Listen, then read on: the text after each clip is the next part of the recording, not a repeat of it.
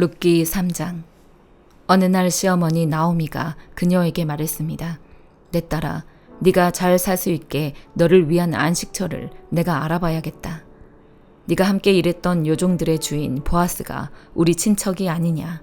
오늘 밤 그가 타작마당에서 보리를 까부를 것이다. 그러니 너는 몸을 씻고 기름을 바르고 제일 좋은 옷을 입고 타작마당으로 내려가거라.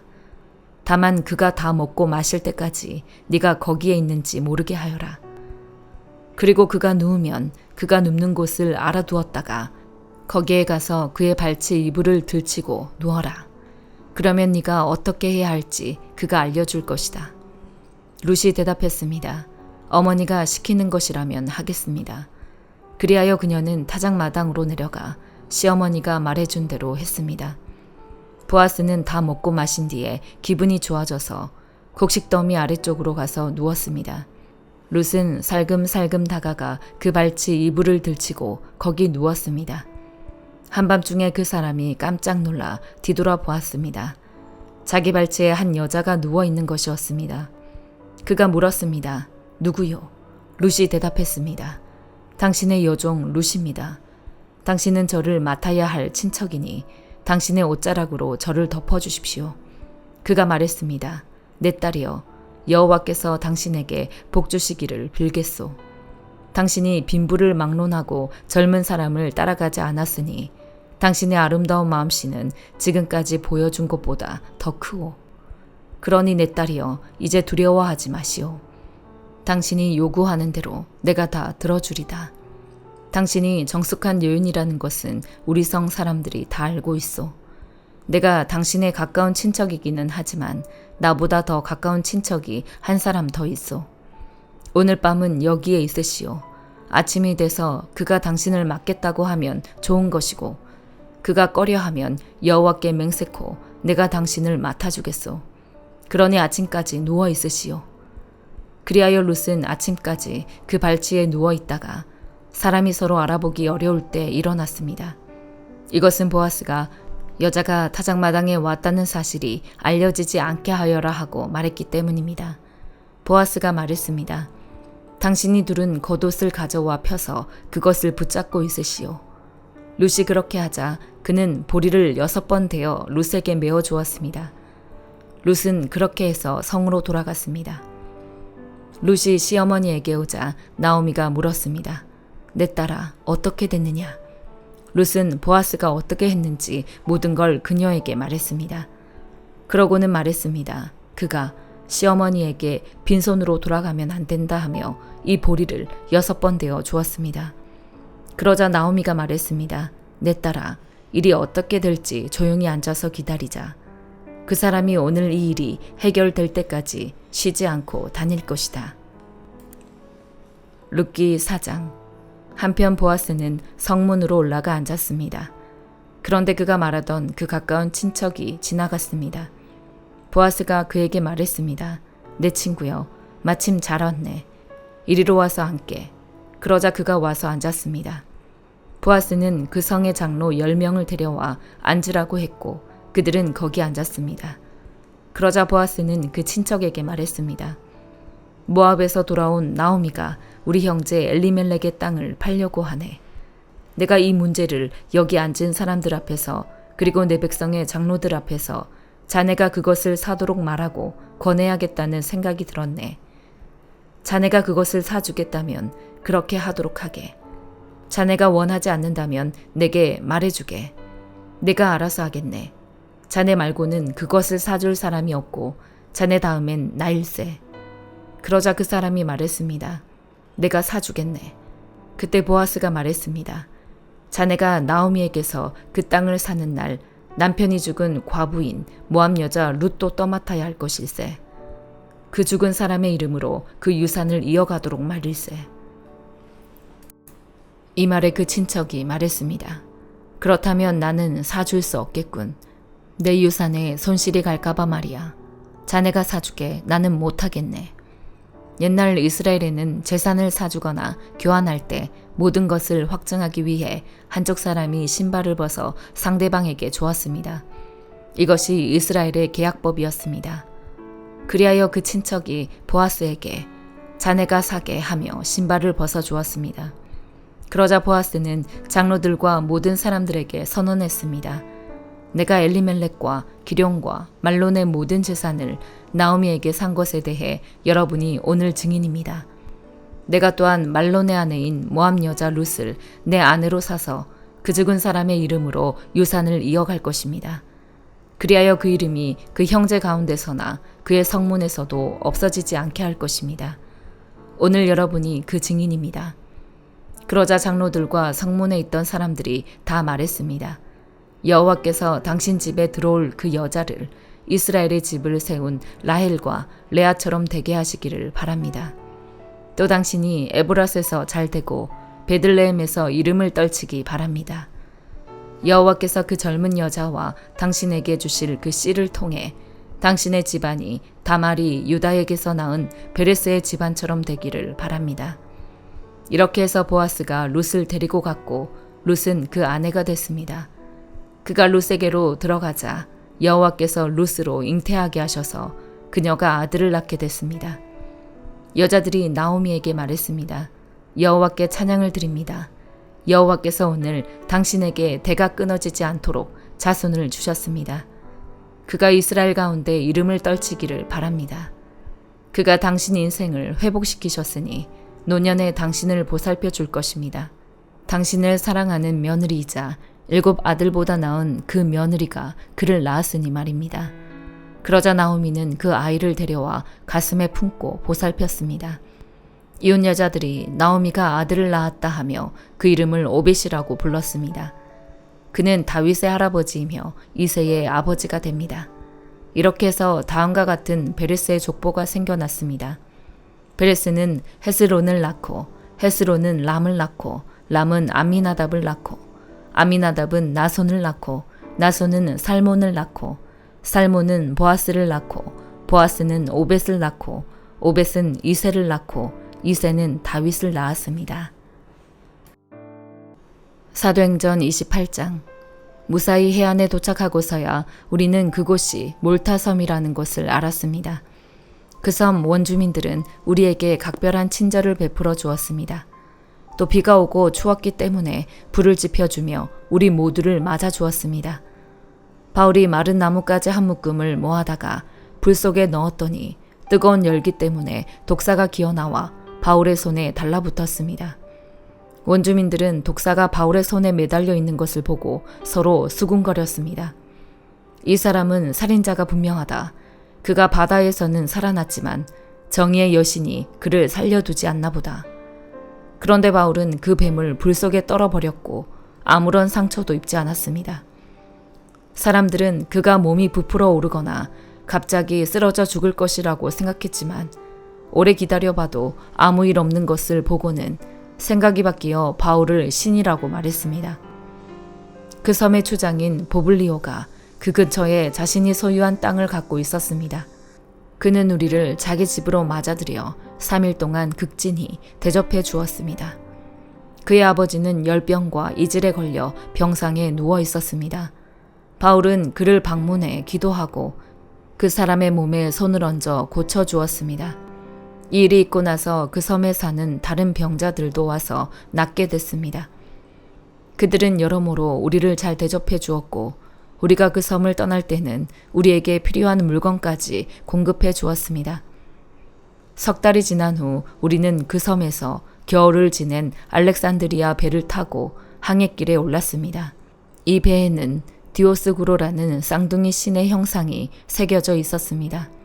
우리는 수라구사에 닿았고 그곳에서 3일 동안 지냈습니다. 다시 항해를 시작해 우리는 레기온에 도착했으며 이튿날에는 남풍이 일어 그 다음 날에 보디올에 닿았습니다. 보디올에서 우리는 형제들을 만나게 됐고 그들의 초청을 받아 함께 일주일을 지냈습니다. 그러고 나서 우리는 로마에 도착했습니다. 그곳 로마의 형제들은 우리가 온다는 말을 전해 듣고 우리를 맞으려고 아비오 광장과 새 여관이라는 곳까지 나와 있었습니다. 바울이 이 사람들을 보게 되자 하나님께 감사하면서 용기를 얻게 됐습니다. 우리가 로마에 도착했을 때 바울은 자신을 지키는 군인 한 명과 함께 따로 지낼 수 있도록 허락받았습니다. 3일이 지난 뒤 바울은 유대 사람 지도자들을 불렀습니다. 그들이 모이자 바울이 말했습니다. 내 형제들이여, 나는 내 동족이나 우리 조상들의 관습을 거스르는 일을 한 적이 없는데도 예루살렘에서 체포돼 로마 사람들에게 넘겨졌습니다. 그들은 나를 신문했으나 사형받을 만한 죄가 없으므로 그냥 풀어주려고 했습니다. 그러나 유대 사람들의 반대로 나는 어쩔 수 없이 가이사께 상소하게 된 것입니다. 이것은 내 유대 동족을 고소할 생각으로 한 것이 아닙니다. 그렇기 때문에 내가 여러분을 만나 이야기하자고 한 것입니다. 내가 이 쇠사슬에 묶여 있는 것은 이스라엘의 소망 때문입니다. 유대 사람들이 바울에게 대답했습니다. 우리는 당신에 대해서 유대로부터 편지를 받은 적도 없고 그곳에서 온 형제들도 당신에 대해 나쁘게 보고하거나 말한 적이 없습니다. 그러나 우리는 당신의 생각을 듣고자 합니다. 이 종파에 대해서는 어디에서든 반대가 있음을 알기 때문입니다. 그들이 바울을 만날 날짜를 정하고 많은 사람들이 그의 숙소로 찾아왔습니다. 그는 아침부터 저녁까지 그들에게 하나님 나라에 대해 증언했고 모세의 율법과 예언서들로부터 예수에 관해 설득시키려고 했습니다. 어떤 사람들은 바울의 말을 믿었지만 믿지 않는 사람들도 있었습니다. 그들이 서로 의견이 엇갈린 채 떠나려 하자 바울이 한마디 덧붙였습니다. 성령께서 예언자 이사야를 통해 여러분의 조상들에게 하신 말씀이 옳습니다. 이 백성들에게 가서 말하라. 너희가 듣기는 들어도 깨닫지 못하고 너희가 보기는 보아도 알지 못할 것이다. 이 백성들의 마음이 무뎌지고 귀는 듣지 못하고 눈은 감겨 있다. 이는 그들이 눈으로 보고 귀로 들으며 마음으로 깨닫고 내게 돌아와 고침을 받지 못하게 하려는 것이다. 그러므로 여러분은 하나님의 구원이 이방 사람들에게로 갔다는 것을 알아야 합니다. 그들은 듣게 될 것입니다. 바울은 만 2년 동안 자기 셋집에 머물면서 자신에게 찾아오는 모든 사람을 맞아들여 어떠한 방해도 받지 않고 담대하게 하나님 나라를 선포하고 주 예수 그리스도에 관한 것을 가르쳤습니다. 예레미야 39장. 유다 왕 시드기야 9년 열째 달에 바벨론 왕 느부갓네살과 그의 모든 군대가 와서 예루살렘을 포위했다. 그리고 시드기야 11년 넷째 달 그 달 9일에 그 성읍이 함락됐다. 그 후에 바벨론 왕의 모든 관료들이 와서 중간 성문에 자리를 잡았다. 그들은 네르갈사레셀, 삼갈르보, 네시의 우두머리 살스김, 점쟁이의 우두머리 네르갈사레셀 그리고 바벨론 왕의 다른 모든 관료들이었다. 유다 왕 시드기야와 그의 모든 군사들이 그들을 보고는 도망갔다. 그들은 밤에 왕의 정원길로 해서 두 성벽 사이의 문을 통해 성읍을 떠나 아라바로 도망갔다. 그러나 갈대아 군대가 그들을 뒤쫓아갔고 여리고 평원에서 시드기야를 따라잡았다. 그들이 시드기야를 붙잡아 하맛 땅 리블라에 있는 바벨론 왕 느부갓네살에게 데려갔다. 그곳에서 그는 시드기야를 판결했다. 그리고 바벨론 왕은 리블라에서 시드기야가 보는 앞에서 그의 아들들을 죽였고 유다의 모든 귀족들도 다 죽였다. 그는 또 시드기야의 눈을 뽑고 정동 족쇄로 묶어 바벨론으로 데려갔다. 갈대아 사람들은 왕궁과 백성의 집들을 불로 태우고 예루살렘 성벽을 붕괴시켰다. 경호대장 느부사라단이 성읍 안에 남아있던 백성과 자기에게 항복한 사람들과 그 외에 남아있던 백성을 바벨론으로 사로잡아갔다. 그러나 경호대장 느부사라단은 가진 것이 아무것도 없는 일부 가난한 사람들을 유다 땅에 남겨두고 그들에게 포도밭과 밭을 주었다. 그때 바벨론 왕 느부갓네살이 경호대장 느부사라단을 통해서 예레미야에 관해 명령을 내렸다. 그를 데려다가 돌봐주어라. 그를 해치지 말고 그가 너에게 말하는 대로 그에게 해주어라. 그리하여 경호대장 느부사라단과 네시의 우두머리 느부사스반과 점쟁이의 우두머리 네르갈 사레셀과 바벨론 왕의 모든 관료들은 사람을 보내 경호대 뜰에서 예레미야를 데려왔다. 그들은 예레미야를 사반의 손자 아이감의 아들 그다랴에게 넘겨주어 집으로 돌려보냈다. 그리하여 예레미야는 백성 가운데서 살았다. 예레미야가 아직 경호대 뜰에 갇혀 있을 때 여호와의 말씀이 예레미야에게 임해 말씀하셨습니다. 에티오피아 사람 에벳멜렉에게 가서 말하여라. 이스라엘의 하나님 만군의 여호와께서 말씀하셨다. 보아라, 내가 이 성읍에 복이 아니라 재앙을 내릴 것이다. 그날에 그것들이 네 앞에서 이루어질 것이다. 여호와의 말이다. 그러나 내가 그날에 너를 구해낼 것이다. 너는 네가 두려워하는 사람들의 손에 넘겨지지 않을 것이다. 내가 반드시 너를 구해낼 것이니 너는 칼에 쓰러지지 않고 네 목숨이 너에게 전리품처럼 될 것이다. 이는 네가 나를 믿기 때문이다. 여호와의 말이다. 시편 11편. 내가 여호와를 의뢰하는데 어째서 너희가 내 영혼에게 새처럼 산으로 피하여라 하고 말하느냐. 보라, 악인들이 화살을 활에 대어 당기고 마음이 바른 사람을 남몰래 쏘려하고 있구나. 기초가 무너지고 있는데 의인들이라고 별 수 있겠는가. 여호와께서 그분의 거룩한 성전에 계시고 여호와의 옥좌는 하늘에 있으니 그분이 눈을 열어 사람들을 지켜보신다. 여호와께서는 의인들을 시험하시고 악한 사람들과 폭력을 좋아하는 사람들을 미워하신다. 악인들에게는 덕과 불과 유황과 무서운 혼란을 비오듯 쏟아부으실 것이니 그것이 그들의 몫이 되리라. 의로우신 여호와께서는 의를 사랑하시니 정직한 사람은 그분의 얼굴을 보리라. 시편 12편. 여호와여 도우소서. 경건한 사람이 끊어졌습니다. 신실한 사람들이 사람의 자손들 가운데서 사라지고 말았습니다. 이웃 간에 서로 거짓말만 하고 입술로는 아부하고 두 마음을 품습니다. 여호와께서 아부하는 입술과 자랑하는 혀를 모두 잘라버리시리라. 그들이 우리가 우리의 혀로 이길 것이다.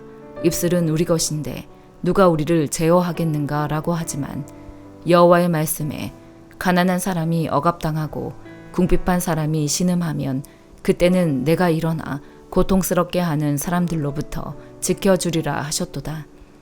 여호와의 말씀은 순결해서 흙도가니에서 7번 걸러낸 은과 같도다. 오 여호와여, 주께서 우리를 안전하게 지켜주시고 이 세대로부터 우리를 영원히 보존하소서. 타락한 사람들이 높임을 받고 악인들이 곳곳에서 판을 치고 있습니다. 아멘.